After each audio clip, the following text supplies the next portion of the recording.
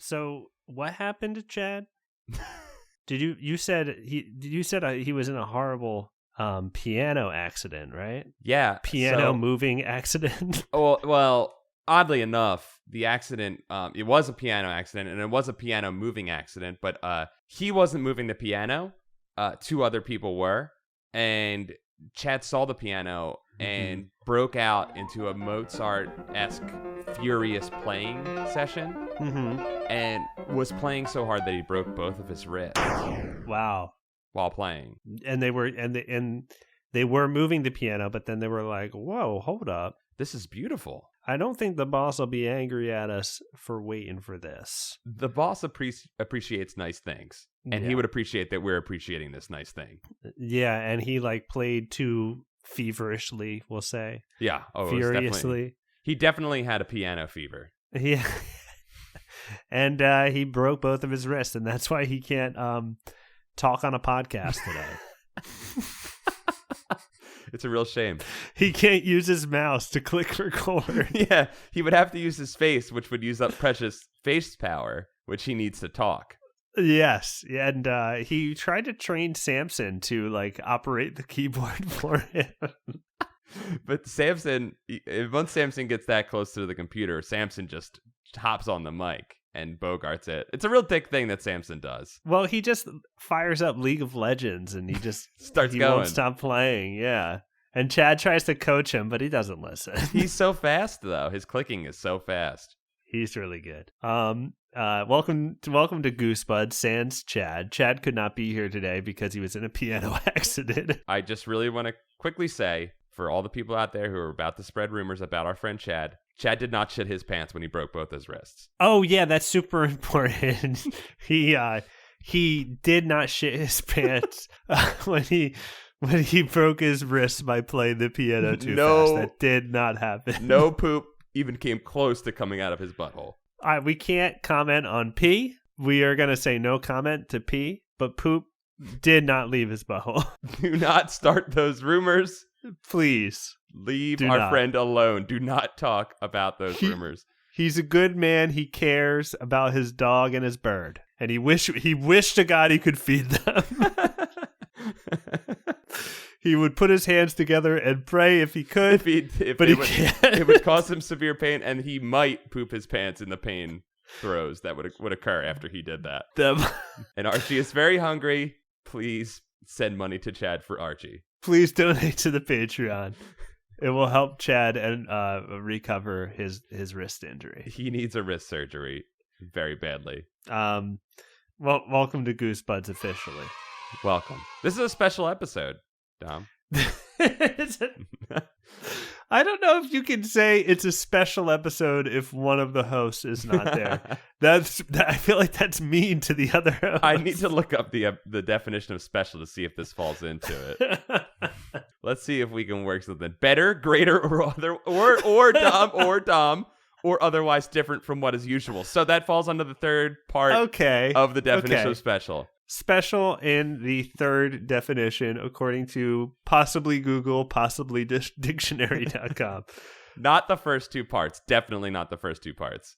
No. It is kind of a special episode then. Chad's kind of an important guy. Have you heard about this, Paul? No. Well, maybe, but why don't you enlighten our fans? He's writing, and I thank God he's so prolific as a writer that he can hire assistant writers to write all of his thoughts for him as he while his wrists are broken. Yes, but he he's a guy. He's going around town. He's taking meetings. He's writing scripts. They're getting turned into cartoons. Mm-hmm. Chad's the real deal. He just did an interview. Oh, he did. Yes, he did. On YouTube with El Cid. If you're familiar, if you've seen I'm Okay, Dad, which is one of my favorite. It's a fantastic animation on YouTube. It's what is it? If you just search King of the Hill Pokemon, it'll come up. If someone who's listening to this show hasn't seen that, you got to get on it. It's very close to our humor. It's incredibly close. Yeah, I really do enjoy that. I think maybe he did. the voices are very, very close to the actual voices. So it's a really well-made animation, but I guess he's doing a new interview series, and Chad is on talking about the writing process. Now, I haven't watched the whole thing, but the first like, I think I watched the first like 15 or 20 minutes, and Chad sounds very smart on it. I don't. If you just search El Cid, ELCID, you can find it. Yeah, but Chad Quant, Troll Hunters, Unikitty, The Remember Hour. He's on episode 15 of Shot Talk. So give it a look, give it a listen. You know, Chad's gonna make you might even freaking learn something about writing. It's an hour. It's an hour and 20-minute talk. It's a full-on podcast. You know what I love about the video? It presents me with an opportunity right now that I don't have, and that's to see my friend Chad without 2 broken wrists. Oh my God! If I could remember the days when Chad did not have 2 broken wrists, you can. I would love to, but I can't. I can't. I mean, I can only think of Chad with broken wrists now. That's just the unfortunate side effect of I'm very caring sorry about my friend Chad so much. Very sorry for you, Dom. They were moving a piano in Hollywood. I wish they wouldn't do that around Chad's apartment. He can't stop himself. The fever takes over. But I think another thing we should say about this episode, the last episode that we did, IRL, about subliminal messages. It was a bit of an experiment, and I would say that that is what you'll get typically on an episode of Camp Goosebuds on the Patreon. So if you're at the $5 level on our Patreon, if you support the $5 a month, or per episode rather, you get the bonus episode of Camp Goosebuds, where we typically talk about something like that.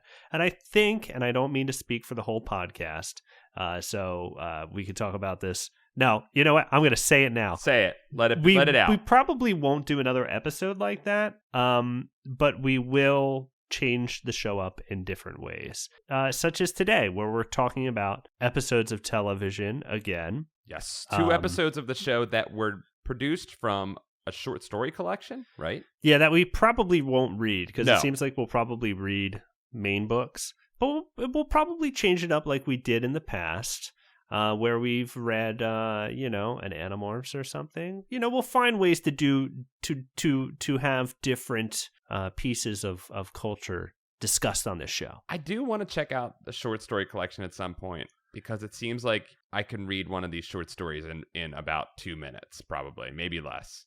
That would be great. I typically read a Goosebumps book in 20 to 30 minutes. Wow, that is so fast. Look, don't write a book near me, okay? Because if you're writing a book near me, I'll have an eye injury and I won't be able to read. Dom's eyes will fly out of his head if he reads your book too fast. No, I just know where to read when it, like, there's certain moves in RL's writing at this point where I know it's going to like meander and loop around for like. You can skip over the repetitions. There's a lot of repetitions that you can skip. Yeah, so you kind of speed read those. I've gotten very good at speed reading, but I can read it pretty quick. It's about an hour to an hour and a half for me to read a Goosebumps. Mostly because you really read it. I really read it, and I'll take a couple notes. I sit down and I take little notes while I'm reading it too. So I make notes. I've made notes about today's. I made notes. Too. I made plenty of notes. Me too.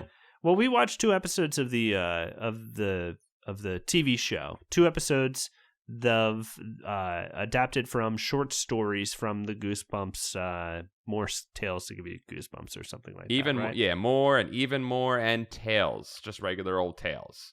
Tales to give you Goosebumps.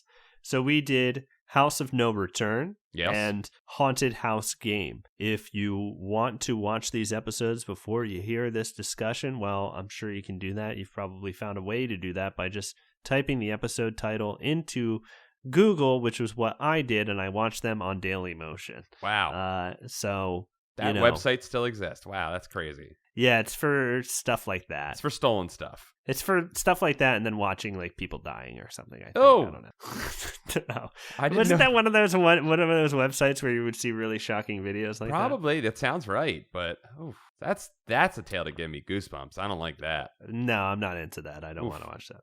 A little note about the Give Yourself Goosebumps books. It would appear that Curly, the cool Goosebumps mascot, is on the cover of all of them. That's fun. Actually, sorry. The first one has the ghost from Ghost Island on it for some reason again. Right? Ghost Island? No, Ghost Beach. Ghost Beach. Oh, really? Yeah, I think it's the same they did ghost. a couple covers, didn't they? Yeah, I think it's the same ghost. Anyway, what do you say we talk about these episodes? What do you say, Paul? Let's get in there. All right. House of No Return. How do you set this one up, Paul? It stinks. It's a terrible episode of television. Three children. Go on. They have a club. They have a club, which we learn in the first 3 or 4 lines of dialogue called Danger Incorporated. These kids have big plans. Nothing screams danger better than a corporation. And I think at one point they're talking, this episode is about them recruiting a new member to Danger Incorporated. Mm-hmm. And at one point, one of them says, a corporation needs to have more people. And I agreed. I said, yes, 3 is too few. 3 is too few for because a corporation. Who will you exploit, You need to have one person at least exploiting, and they have to have a crony. So that would only leave one person to be exploited, and that's not enough. Your pyramid has to be bigger. And I think that's what the problem is that they find in this episode is that they're 3 people and they're trying to run as a corporation. Mm-hmm. And the person that they keep trying to exploit is the new person that they're bringing into the group. So growth is, not happening. It's really struggling. They're not boiling the frog. They start the exploitation the instant they meet the person. Yes. They try. We see them attempt in this episode to boil the frog. We see them try to schmooze a kid. They're very bad at it. We've learned our lesson as a society. Now we do tech startup, and then the next step is full blown human exploitation. Yes, you get the tech right first, and then the tech will do all the exploiting you need it to do. Tech startup. Oh, that's cute. I'll come by. You guys are selling milkshakes? Oh, okay, I'll come by. Tech startup that sells milkshakes. Well, a lot of them have milkshakes now. Yeah, that's the new hot thing. People want milkshakes. It's a power drink in Silicon Valley. Actually, a lot of people in Silicon Valley. I've only heard this in hearsay, but Soylent is quite the thing to consume. Yes. Then now, but I mean, like I said, the frozen milk of a cow's teat is very, very popular there. It's creamy and it keeps you full, and you can pair it with a Soylent. You can have a Soylent shake, and it'll keep you going all day long. Soylent doesn't have any milk in it, right? It's soy. Yes, but they've milkified it with the milkshake fad. I see. That is Danger Incorporated. Danger Incorporated. So we start out. This one just drops us right in media res, right, Dom? We're watching Danger Incorporated trying to get their 4th member. And how do they do that, Dom? They do it by making them go into a haunted house and spend, I guess, an hour inside. I think it was something like that. What they're trying to do. They're trying to get their new recruit to stay an hour inside the haunted house. So we start on a night where they're trying to get someone to do this, a new member.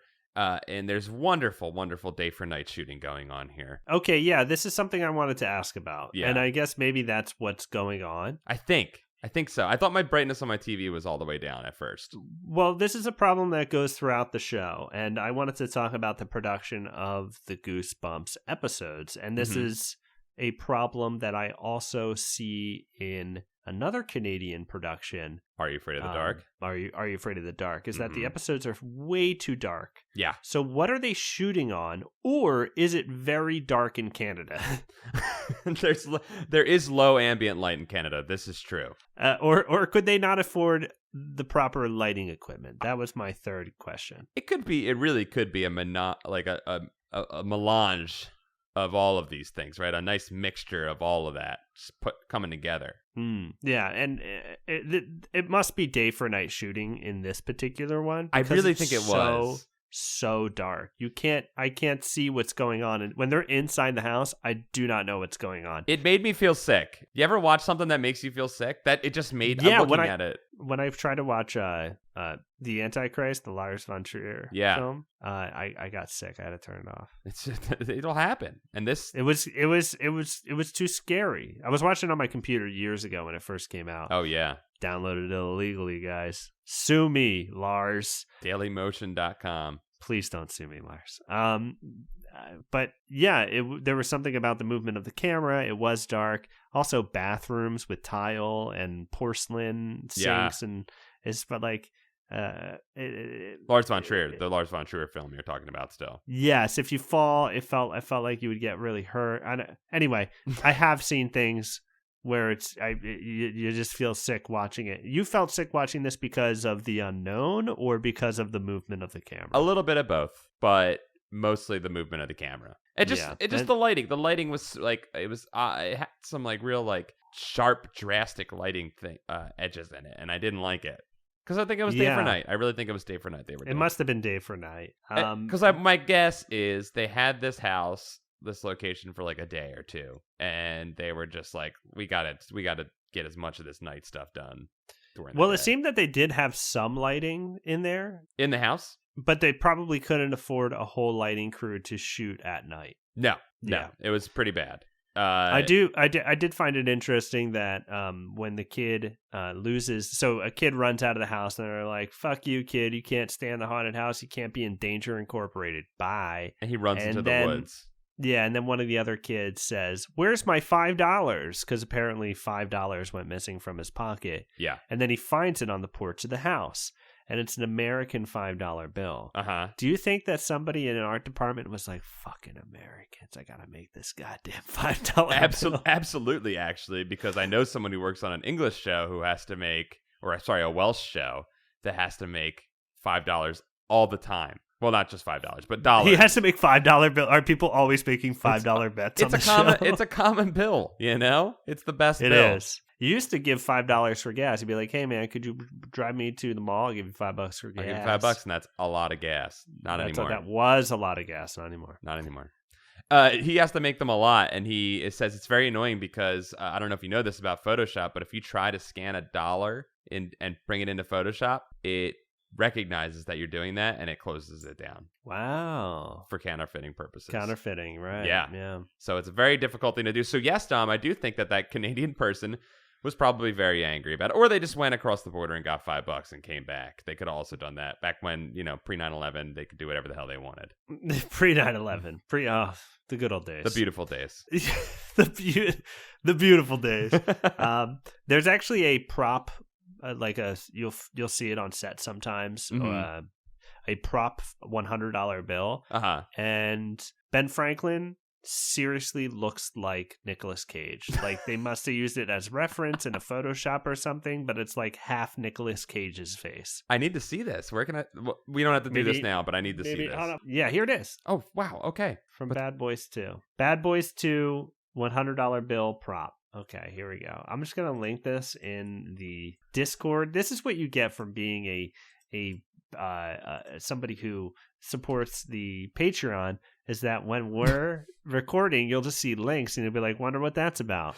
Well, this looks like it looks like Billy Crystal. I'm gonna ask the Discord chat, who does this? Make sure you definitely put Nick Cage versus Billy Crystal so we can get the answers we want. Not Ben Franklin. His friend Ward. You're right. All right, let's get back to the discussion. Okay. This is the stuff you get. The random. It looks like random brain firings when you're in our Discord, but it's us recording. So that man? Sorry, I just looked at it enlarged again. You know who else? Real quick, you know who else it kind of looks like? RL without his glasses. Wow. Think about it. Yeah. No, I thought about it. It's real. Kind of does. I like that they photoshopped a hairline that is supposed to be receding, but like all together at once. It's very fluffy on the part where it's not receded yet. It's incredibly fluffy. There's no thinning. Yeah, so these it does look like ROL without the glasses. Please join the Discord to confirm. The Danger Incorporated, they want another member. A new kid moved to town, so they try to get him to join. So they say, "Hey, new kid, come with us. Hey, stay in this haunted house for an hour." And he's like, "Where do they see man. him? Where do they see him again? Just walking down the street?" He's just walking through the park. Yeah, he's walking through the park. And so they go, stay in this haunted house for an hour and join our club. And then he declines. He does say no. He doesn't want to do it. I do want to point out that the acting from the three kids from Danger Incorporated is pretty bad. And the kid who they're trying to initiate into it, who's really the main star of this episode, is actually pretty good. of an actor. I thought he was pretty confident. I think maybe he could use some blocking. Like there's a whole scene that he has a conversation with his mom where both of his hands are in his pockets the entire time. Sure, yes. But he was so good in comparison to these other kids that I Googled him to see if he was in anything else, just to see if he was good enough. Apparently not. He wasn't in much. But he was still a good guy in this episode. Yeah, he was a good guy, and the Danger Incorporated wanted to corrupt his soul. Did he? Let's find out. Yes. Did they? Let's find out. So they take him to this haunted house, and they say, get in this haunted house for an hour. And he says, no, I'm scared. I'd rather not. Goodbye. He disengages. Yeah. Well, he's at home, and he gets a phone call, and it's the kids, and they're like, come to the mall with us. And he's like, okay. They have a conversation that's incredibly serious, and they talk about how much Danger Incorporated sucks and how nobody wants to join Danger Incorporated. And I don't know if any of the three kids realizes that they can end Danger Incorporated at any point and start a new corporation, which is what a good corporation would do. Take your shitty Well, they have investors, Paul. I'm sorry. You're right. I forgot they had to pay stocks out. The stockholders would be upset. Yeah, they've got to at least try. Otherwise, they'll be brought to court. True. So what did they say? They were just like, this sucks. Our club sucks. Come hang out Everything with sucks us. about our club except for we have this fiduciary duty to our stockholders, so we have to get you in here. That's what they say to the guy. And then they're like, let's go to the mall. And then they say that to him, right, Dom? And then we find them all walking together. He's like, he hangs up the phone. He's like, Mom, I got new friends. I'm going to go to the mall with them. Cool, son, have fun. They go to the mall. They're walking. And their big plan, Dom, was to tell him that they were going to go to the mall and then just walk to the haunted house with him. Yeah. Well, and that's really fucked up for a number of reasons. It's a really fucked up plan. But number one, they take him to the haunted house, which he's been to before. Granted, it is nighttime, but he's been there before, and he walks right up to the gates and he says, let's cross the street. This place is scary. Yeah. And then they straight up abduct him at this point. They grab him and they just like fully force him into this house. They abduct him and make him go in a home. They very grab scary. him. They silence him. They grab him by the arms. They cover his mouth, don't they? They wrap a pan around his mouth, like you would when you would abduct someone, and they put him in this home. And so the rest of the episode is him in this home, and it's very, very dark. You can't really see much. It's scary. A vase breaks, and then a vase commits suicide. It just yeah, let's say a vase killed itself. It kills itself. It's very scary. And then a broom and dustpan, yeah, sweep it up, and he watches it. So that happens. He gets spooked by a cuckoo clock, which I found out from the Wikipedia page is the same prop as the cuckoo clock of Doom. Wow, I couldn't tell it was even a cuckoo clock. I'm sorry, it's not a cuckoo clock. It's just a bird, I think, flies at him. A scary bird flies at him. A bat flies at him, too. You're right. A lot of things fly at him in this house. A vase flies away from him, and then two things fly at him as well. Yeah. And then he sees house chores, ghost chores happen, too. Yeah, he watches a ghost do a chore. And a vase commits suicide. And then finally the kids are like, oh, wow, he's been in there for an hour. Oh, no, the door won't open. They force their way in. They go upstairs, and then they're confronted by ghosts. Or maybe they don't go upstairs. Anyway, because I remember the ghosts coming down the stairs. The ghosts appear at the top of the stairs to scare him. And they do before they go into the house. We didn't mention this, but they do tell the kid about or maybe they tell him during the day. Oh, they tell him the legend. That's right. They tell him the legend during the day where a couple moved into the house and then they started going crazy and then they both died and no one's lived in the house since. That's the story, right? That's the story, yes. I was reading something from the Haunted House game episode that it was really funny, and I thought it was for this episode, and I was going to mention it. We'll mention it in the next one. Anyways, yeah, their kids die and they want more kids. They die before they have kids, right? Yeah, which is what happens if you don't have kids. Yes, you die. You will just fade, and your soul will not be satiated by this life, and you will stay around and want to lure kids into your house as ghosts. Fact. And so these ghosts emerge when the three kids are in there, and they're very, very confident, like the young boy who was just in the house, and they descend upon the kids. The kids try to run, right? I can't remember if anything cool happens when they run. I think they just run. Yeah, they try to get away and they can't. And then the ghosts close in on them and they say, oh, well, what happened was, and this is established earlier in the episode, he's like, he makes a deal with his mom, and his mom's always goes, you're always making deals. I didn't even pick up on that fucking character note. Great job, yeah, Dom. it happens. It happens. He wants a bacon cheeseburger. Yep. And so, they get into the house and they can't find the kid, and the ghosts come surround them, and they're like, what do you want with us? And it's, parent ghosts, and they're like, we made a deal with the boy. They're like, we'll make a deal with you. And she says, you can't make a deal as this good. 1 for 3. Instead of having 1 child, we'll have 3 children.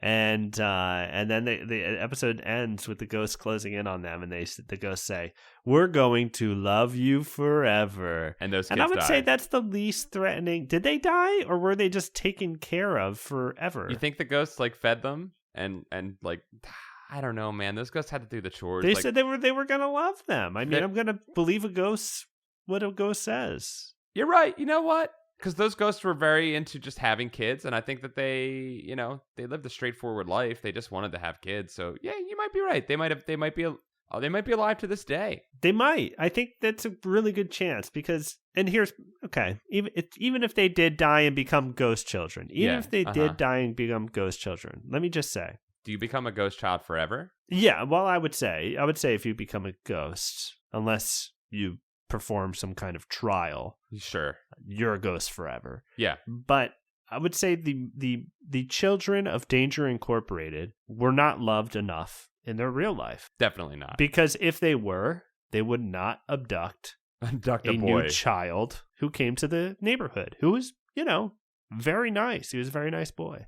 All he wanted was that bacon cheeseburger from his mom. Yeah, I don't think he ever got it. Maybe he did get it.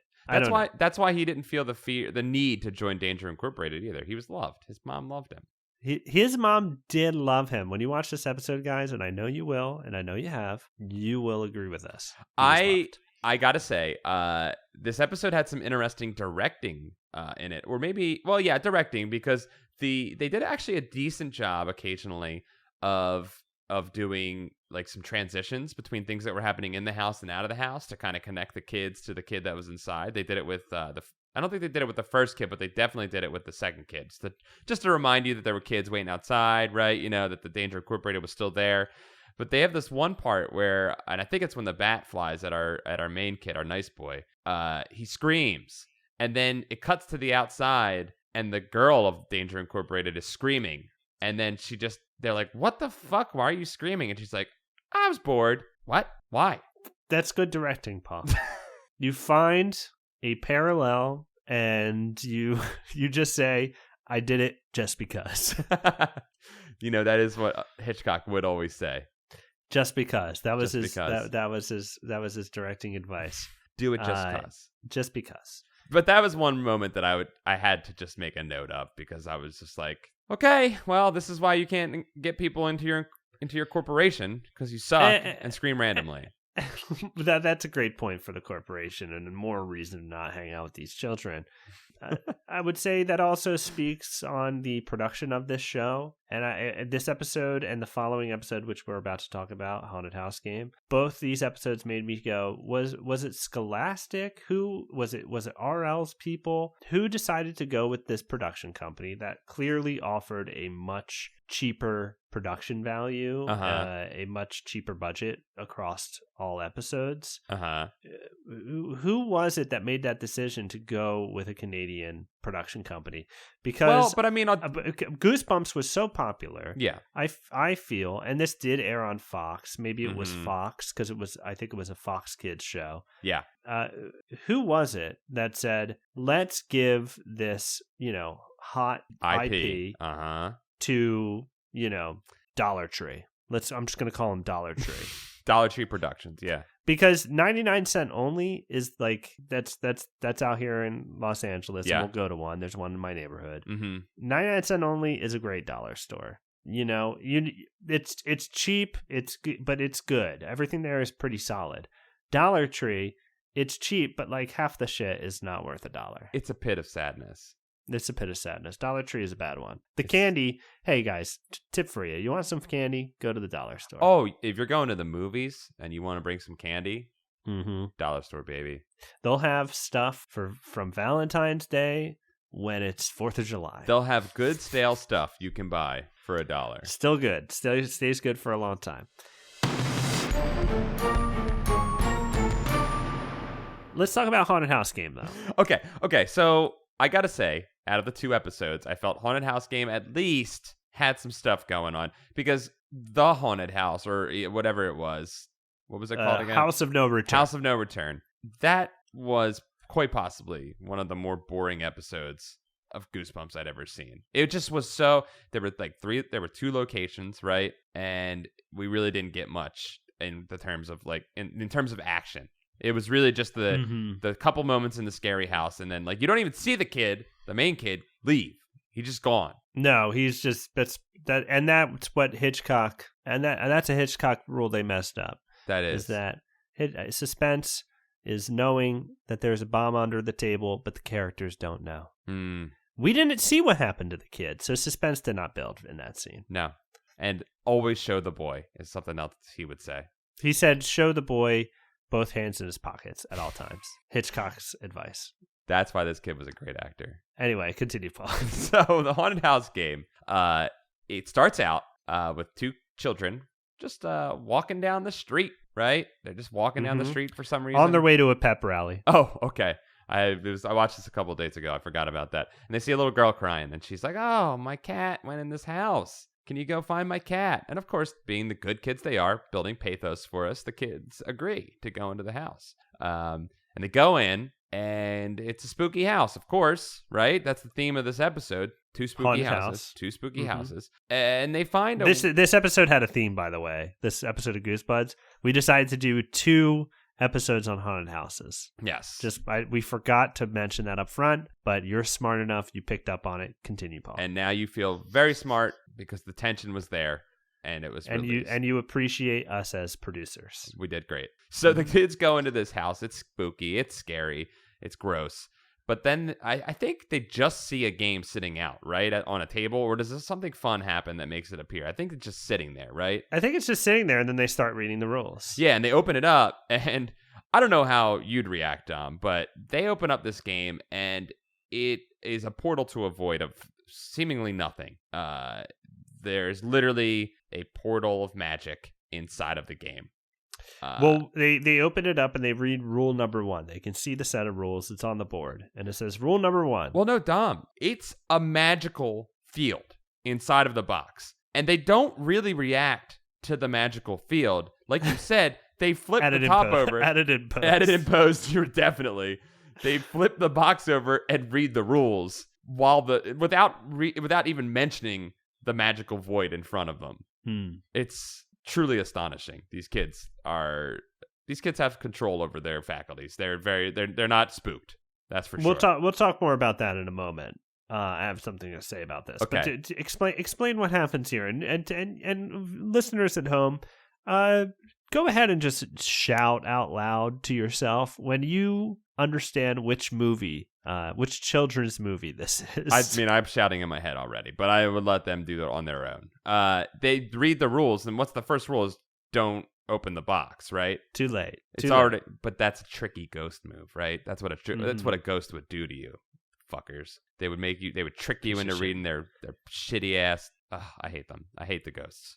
And there's no reason to like ghosts. I hate all ghosts. They trick them. And then I forget what the rest of the rules are. It's like there's a whole bunch of them. There's you got to do this and that. Roll 7, go to heaven. Yeah, there's it's all esoteric stuff, right? Which scared them. Which scared both children. The idea of going to heaven or heaven at all scared both children. Yeah, well, you got to die to go to heaven, right? Unless you're Enoch. If you can get in alive, heaven is probably pretty cool. Yeah, that's true. You don't have to go through any of the scary part. Mm-hmm. Okay. But yeah, so they read all the rules, and then suddenly they are standing on a board game board, and dice rain on them. Yes, a rain of dice, it's a great moment where they were like, well, we gotta have something happen here. I don't know, let's just dump a bunch of big dice on their heads. And they do, and then the children use 2 small set of dice. Oh, the rules of play are on this thing. Sorry, real quick.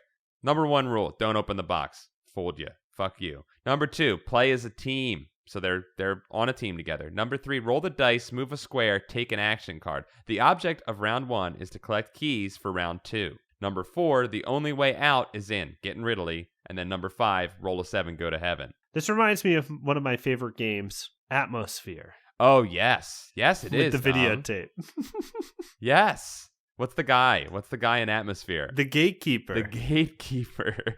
I'm waving you goodbye. I'm sure you can watch an upload of that on YouTube. Add that to your list of things to watch after this. Come over and play Atmosphere sometime. I have a couple copies at my house. My parents just moved. Talking about haunted houses, my parents just moved, and they just like put all my stuff in storage. Well, I'm not okay with that. Well, now you have a haunted storage thing because now it's I got gotta go Atmosphere through in it. I got 2 copies of Atmosphere in there, a copy of Heroes Quest. I actually got 2 copies of Heroes Quest. Oh, geez, can I get one of those? Yeah. Thanks. Yeah, you're my friend. You can.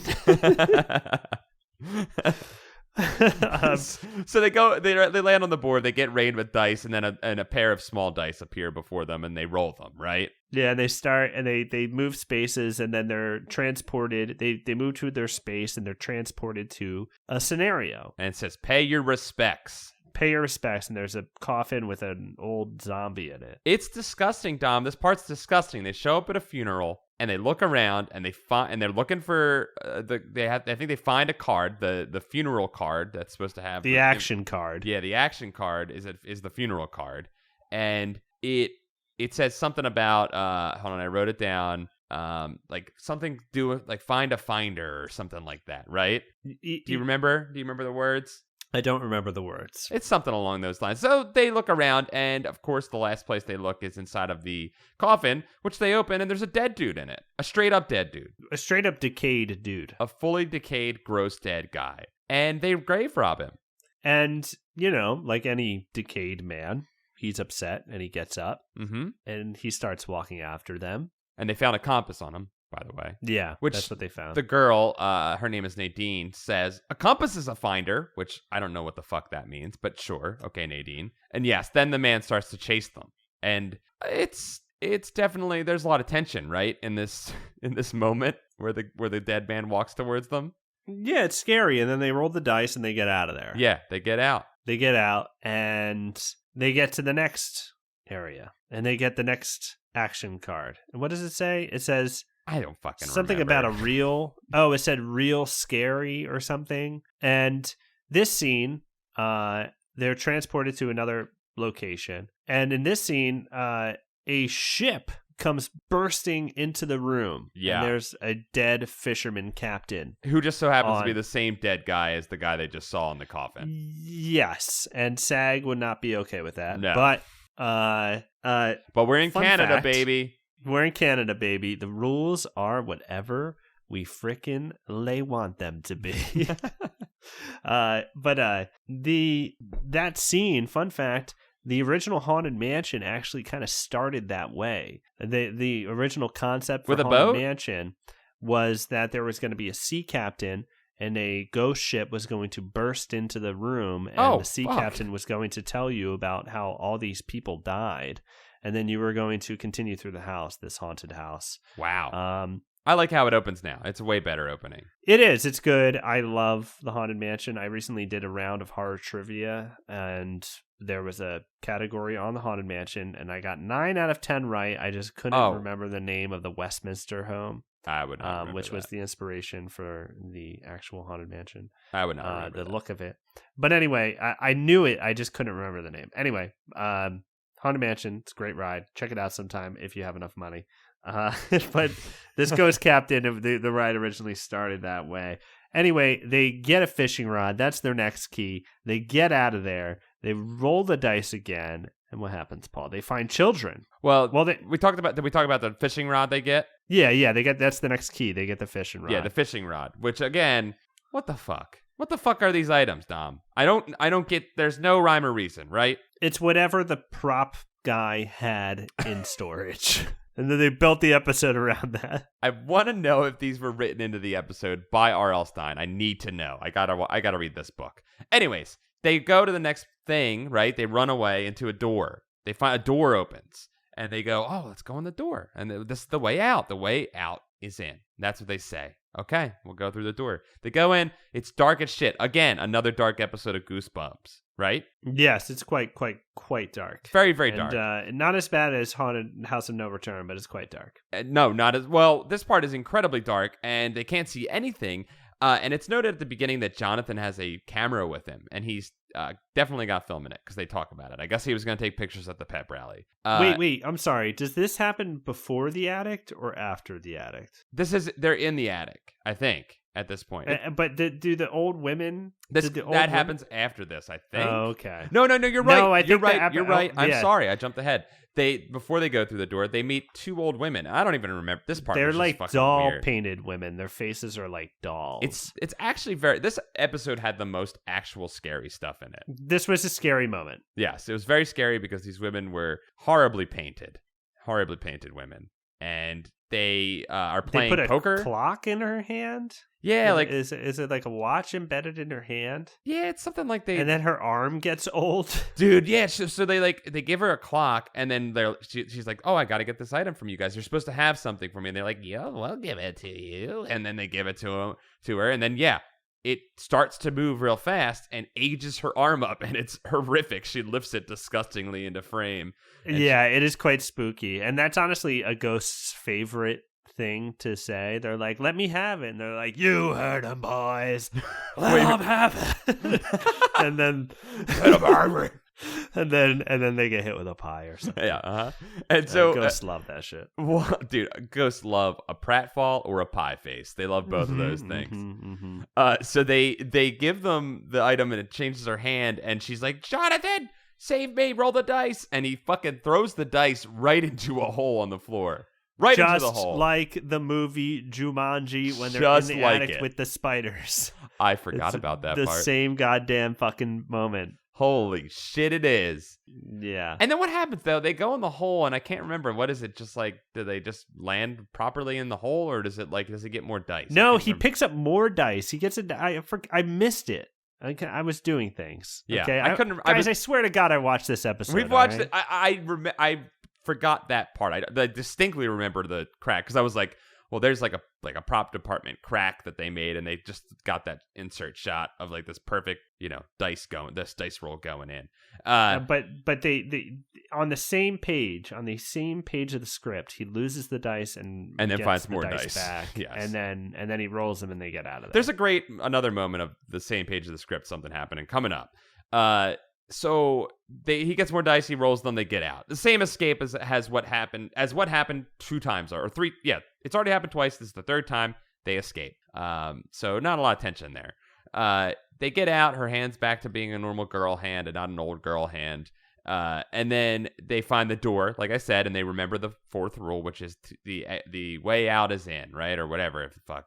And they go in the door, and it's pitch ass black. It's dark as hell. And again, Jonathan has a camera, and it's noted at the beginning that he's got a camera, and he's like, "Oh, I'll use my camera," and he starts flashing the flash, and I guess that's supposed to let them see. But I guess that would work. And they're flashing. In theory, but in the most scary way, bodies appear as he's flashing, which is actually a great device. Yes, yes, that is scary. But they get closer. They kind of look like the other dead body that they saw earlier in the show, but then as they get super close, they're actually another boy and a girl who are caught in the haunted house game. Yes. And they decide to team up. They're going to work together. They're going to get out of the haunted house game together. Mm-hmm. And they said, where are your keys? You're supposed to use those in round 2. So they're like, all right, let's get out of here. And they come into a hallway. I thought it was really weird at this moment that the boy pulled their key out of his ass. Oh, yeah. The one that had been stuck in the game for a while. I thought it was really strange that it was just a really weird directing moment because there's no need for them to have hidden the key at the kid's ass. Yeah, he's like, hold on. He was like, guys, my arms are too short. Help me. I stored a key in my ass, but my arms are too short. I can't spread my butt cheeks. It's perfect that we found you two. You two spread my butt cheeks as my teammate reaches into my butthole and gets the key out. It's a really weird moment, and they use that cartoony sucking sound effect when it comes out of his butt too. What cartoony sucking sound? It's like when they pull the key out of his ass. Paul, you call it a really weird moment. I call it a really brave moment. It was the bravest moment of this episode. of a director to make that choice. It was definitely an adaptation choice. It wasn't from the book. Now, RL could not put that in a Scholastic, but this was his favorite episode because they let that happen. He was like, that's the stuff I want to write. I think this is why they filmed it in Canada, because ass stuff isn't banned there. All bets are off. All ass bets are off. Canadians listening to the show, you know what we're talking about. I've seen tits on your productions, okay? You allow boobs. You allow boobs in your shows. I've seen it. Boobs and butts, both allowed. Both allowed.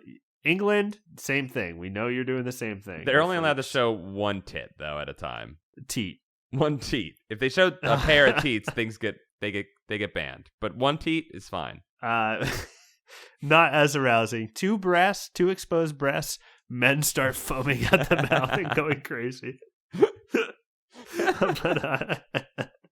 But they get into this hallway, all four children, after the butthole is spread, and the hallway starts extending like in Haunted Mansion, the never-ending hallway. It's a great moment. It's actually a good moment. And it's actually good. And then the boy uses his rod, the fishing rod, to hook onto the window at the end of the hall and reel it back in. Pulls the room back together. Oddly enough, I don't know if you noticed this, but the sound effect of the hallway coming back in is just a reverse of the butthole sucking sound effect. Yes, I did notice that. I've done my fair share of editing and turning sound effects around that way to kind of create a different effect. Very effective. It worked in this one. It was great. I heard it. But yeah. So then what happens after that? They get back to the I think they're back to the room, right? Well, no, they pull it in, and then I think the one kid that they took the key out of the butthole goes out the window, and then they go around the house some more. At this point, I honestly was starting to lose interest in the episode. The important part, like me skim reading a book. Skim reading is a bad way to put it. Speed reading. Yes. I read the necessary parts and I speed the rest. Expert reading, some would call it. Expert reading. Professional, top tier reading. Yes. Competitive reading. Competitive, yes. If I was in a competition, I'd beat you. You would win, yes. Definitely. We already decided that you would beat me. You might have me beat, Paul. You're a pretty good reader. Maybe not as fast. Speed, sure, but doing a test afterwards, you'd probably beat me. Thoroughness, maybe I would get you. Yes. But so they get back to the main room. What do you call that? The main room in Resident Evil, the first room they come in. The foyer. The foyer, or a landing of the stairs. That's kind of I know the name of the room that you enter before you enter the store. Mm-hmm. An antechamber. A vestibule. Or a vestibule. Well, actually, that's the room that you enter before you enter the house as well. Yes.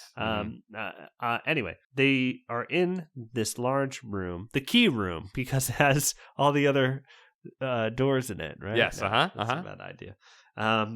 They return to this room and they're like, there's the front door. That's the way out. Let's get out of here. Mm-hmm. And then both children that they found turn into ghosts. They turn back into the ghosts that we saw in the scary room when they were flickering the light. It turns out they were really ghosts. Turns out they were really ghosts. It was a ghost trick that they played on them to turn into young children. And they say, and this scene is horribly overdubbed because it's clear that the false bad teeth that both actors are wearing made it impossible for them to talk while they had the teeth in. Well, we skipped up one part. Before the kids turn back, the ghosts follow them into the main room, and our boy Jonathan pulls out his camera and begins to flash it at the monster. And it scares them. It scares them and hurts them. And they disappear. They get sucked back into the game, into the void, which is interesting because then the two kids, Noah and Annie, that they found in the game, turn into two more ghosts, and again, like you said, are very overdubbed. And I find it interesting. Again, on the same page of script, that they don't just turn the camera upon them and hurt them with the camera. They can't. They're defenseless at that point. No, they decide to play by the rules suddenly. And in fact, the boy calls them out for cheating, doing that, and then they turn into ghosts and approach them, and then they decide to adhere to the moral code of the ghosts and follow the rules. And the they game roll code. The dice.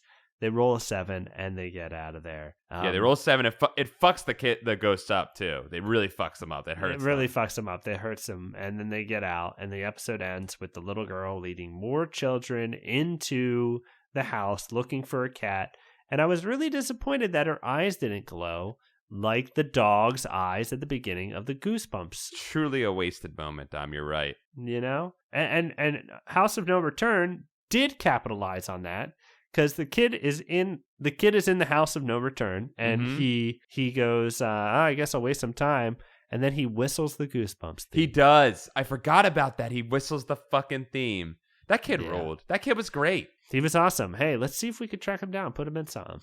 You know what? I'm gonna pull up his IMDb, and we're gonna do that after we're done here. We're gonna contact him. Okay. I like that kid. He's good. Paul, and I'd like to wrap this up within 5 minutes, if that's okay. Okay, wow. Okay, now there's a time limit. I'm nervous, but let's try. If you had to rate one of the over the other, which one did you prefer? House of No Return or Haunted House Game? Haunted House Game, easily, Dom. Easily. The House of No Return, I thought the plot line was relatively boring, and I hated that corporation. I hated it much. Very much. I'm glad they went bankrupt. Me too. I'm with you. Haunted House Game is the funner episode, although House of No Return has the Goosebumps theme whistled by an actor who was pretty competent. That's true. There is a note from the Haunted House Game that I saw when I went to the book page. There's a great when they go into the someone house... lost a finger while shooting. Is that really true? No, I wish that was true. Oh, that'd be beautiful. Maybe. Well, actually, that'd be really sad. I feel bad for that person. They find a front page story in an old newspaper when they go into this house apparently, and it says 4 kids die in mysterious death. Wow. In mysterious death. In one mysterious they death. Died one of them died, and all of them died. And all of them were taken with it. The kid died, and his soul came out and sucked the other kids, and it ghosted them, like the movie Ghost. It pulled them in with the dark, creepy ghosts that come out of the ground. Was there a picture of Robert Stack next to that? Unsolved? This is a mysterious death. Robert Stack's on it. You know what? I bet you that RL wrote that in. He probably said a handsome man is standing next to it in a trench coat. I've been watching too many episodes of Unsolved Mysteries. That's not possible, Dom. I kind of want to do some kind of list or maybe some kind of thing where I compile a list of episodes where the killer is interviewed, and it's weird because you get to see an interview with a murderer who's like, I miss my wife. Well, we've watched a couple of those together, Dom. We did. There are some really grim ones. There's a really grim one where someone was put in a wood chipper. I did not watch that one with you. And they interviewed the guy who did that. It's freaking scary. Holy shit. Well, I remember watching a couple with you and being like, wow, that guy definitely murdered people. Yeah. And he got away with it, and he's acting sad. That episode is particularly funny, though. That is, because of that one moment. Because of the whole thing. It's a freaking joke. The dude is clearly... Oh my god, we could talk about that. We'll talk about that another time. We can't sidebar on that. It's going to ruin your 5-minute thing, which is already getting close, perilously close. Which is blown up by Unsolved Mysteries somehow. Well, I don't know how that happened. It's never happened before on this show. No. I think that I'd be interested to watch more of these side episodes, which one of was Strained Peas, which you guys watched without me the one time. Incredible. Strained Peas, I don't know if there's been a better episode of Goosebumps. No, and I think you and I were both, hoping for a Strained Peas-esque episode from one of these, but neither of them were bad enough to be that. The Haunted House Game had enough moments that were bad, which I liked better. I felt like House of No Return just wasn't bad enough. You know what I mean? It was too ho-hum. It took a straight line of blah. It farted around. It farted around on me. Yeah, honestly, like when you watch an episode of Are You Afraid of the Dark, it is leaps and bounds better than this show. Oh yeah. Like Zebo the Clown, like just from a production standpoint, it's suspenseful. It's scary. It's like there's moments where you're like, wow, what's going to happen? The haunted house game, like kids are sitting around watching television. Yeah. Oh, no. Yeah. Like, House of No Return. Yep. Mm-hmm. Oh, I'm sorry. House of No Return. Yes. And it's like, they're like, man, our club sucks. We need more people in our corporation. Yeah. They have a shitty club and they make us suffer part of their shitty club meeting. Yes. It's a disrespectful of my time. Like a corporation would do. Like a corporation would do. Yes, Dom. Very good. So haunted house game is the fave. That's the winner. But I did notice we were going to watch another episode, but we're saving it for after Chad's wrist repair. Back when Chad can use the mouse to click to watch the episode, to use his remote controller. He could never make it to Daily Motion right now. It wouldn't be possible. He wouldn't be able to do it. But we're going to watch an old story. An old story, which we probably shouldn't explain on this episode because I want people to discover it on their own in the episode with us. It's going to be a good one. I have a real good feeling about it. I don't know when we're going to do that. But the next time we do a TV one, we'll do that one. Yes, without a doubt. And probably we'll find some more as well, because there's a bunch of these that are just from the short story collections, which are great. Which are fun. RL, hell of a writer out there. Keep on spooking us, RL. Keep on doing it.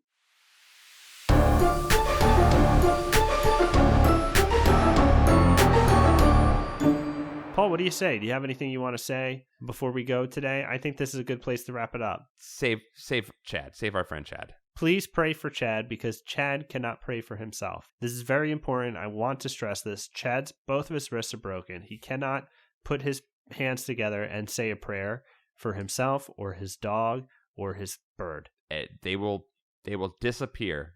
Like we need our goose buddies to say prayers for his family. Or they will disappear like in Back to the Future. Like in Back to the Future. Please pray for our friends and keep him corporeal. Thank you. I will say, check out comfyjunior.com. I've got Mickle crew necks. I love that. I asked to save our friend. You tried to sell your stuff. I freaking invested this money. Sell your stuff. I'm sorry. Go. Our friend is fading away right now. Our friend is starving. He cannot feed himself. Or his two animals that rely on him. So comfyjunior.com. I want you to log on. It's an easy website to get to. comfyjr.com. I've got Mickle crew necks available in gray and pink. People, the pink great. Is hot. The pink is hot, dude. The pink is hot. I got one. I took one for myself. But check it out, ladies and gentlemen. Let's wrap it up, Paul. Let's not waste anybody's time here. Yeah, let's get the frick out of here. Let's get the frack out. Pray for Chad. Pray for Chad. Hashtag pray for Chad. 1 like equals 1 prayer. 1 like equals 1,000 prayers. Hashtag save Chad and his friends. Hashtag save Chad and his 2 friends. His family. It's his family. Save Chad. Save him. Good. I mean, I would go over to his house and help him, but you got shirts to sell. I got shirts to sell. I got to make a living over here. 1 like equals 1,000 prayers. Goodbye, everybody. Bye-bye.